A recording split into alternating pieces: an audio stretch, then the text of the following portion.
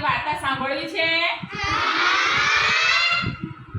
તો આજે હું તમને એક સરસ વાર્તા કહું. બે બિલાડીઓ હતી. કેટલી બિલાડીઓ હતી? એક કાળી બિલાડી અને બીજી સફેદ બિલાડી. કઈ બિલાડી? હવે કાળી અને સફેદ બિલાડી બંને ગામમાં ગયા. ક્યાં ગયા? હવે બંનેને એક જ રોટલી દેખાઈ. કેટલી રોટલી દેખાઈ? હવે એ રોટલી લઈને આવ્યા. શું કર્યું? રોટલી લઈને આવ્યા. હવે કાળી બિલાડી અને સફેદ બિલાડી બંને લડવા માંડ્યા. શું કરવા માંડ્યા? લડવા. કે પહેલા મેં રોટલી જોઈતી તો વધારે ભાગ મારો, અને પેલી સફેદ બિલાડી કે મેં જોઈતી તો વધારે હું લઉં. ના, પછી કે આપણે એમ કરીએ સરખી અડધી અડધી વેચી લઈએ. પણ અડધી અડધી કોણ વેચશે? એનો ન્યાય કરશે કોણ? તો એટલામાં એક વાંદરો આવ્યો. એ બંનેની બિલાડીઓને લડતા ઝઘડતા વાતો કરતા જોઈ. એટલે વાંદરા ભાઈ કહે છે કે તમને બંનેને અડધી અડધી રોટલી હું કરી આપું.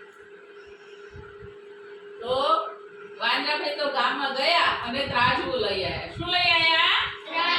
ત્રાજવું. કેમ કે તોલવા માટે શું જોઈએ? ત્રાજવું જોઈએ ને. તો રોટલીના એને શું કર્યા? બે કટકા કરી અને ત્રાજવામાં બે બાજુ જે હોય ને એમાં મૂક્યા.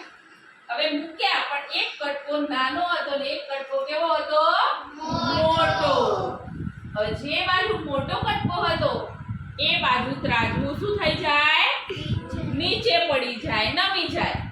હવે વાંદરાભાઈ કે આ બાજુ તો રોટલીનો કટકો વધારે છે, તો એમાંથી પાછો કાઢ્યો અને પોતે મોઢા મૂકી દીધો. વળી પાછું આમ કર્યું એટલે વળી બીજી બાજુ રોટલીનો કટકો મોટો દેખાયો.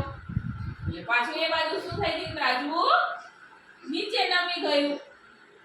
પાછું રોટલીનો કટકો કાઢ્યો આમ અને પાછો મોઢામાં મૂક્યો આમ.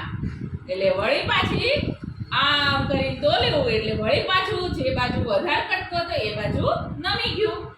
પાછો એમાંથી આ બાજુ તો વધારે છે, લાવ એમાંથી કાપી લઉં અને આમ કરીને રોટલી કાપી અને પોતાના પેટમાં મૂકી. એમ કરતા કરતા બે બાજુથી થોડી થોડી કરતા કરતા રોટલી તો આખી વાંદરાભાઈ ખાઈ ગયા. બિલાડીઓના ભાગમાં કશું આવ્યું નહીં. એટલે બે જણા ઝઘડે લડે તો ફાયદો કોને થાય? ત્રીજાને ફાયદો થાય. કોને ફાયદો થાય? ત્રીજાને. બે બિલાડીઓ લડી એટલે ફાયદો કોને થયો? વાંદરાભાઈને ફાયદો થયો. એટલે આપણે લડીએ તો ફાયદો ત્રીજાને થાય.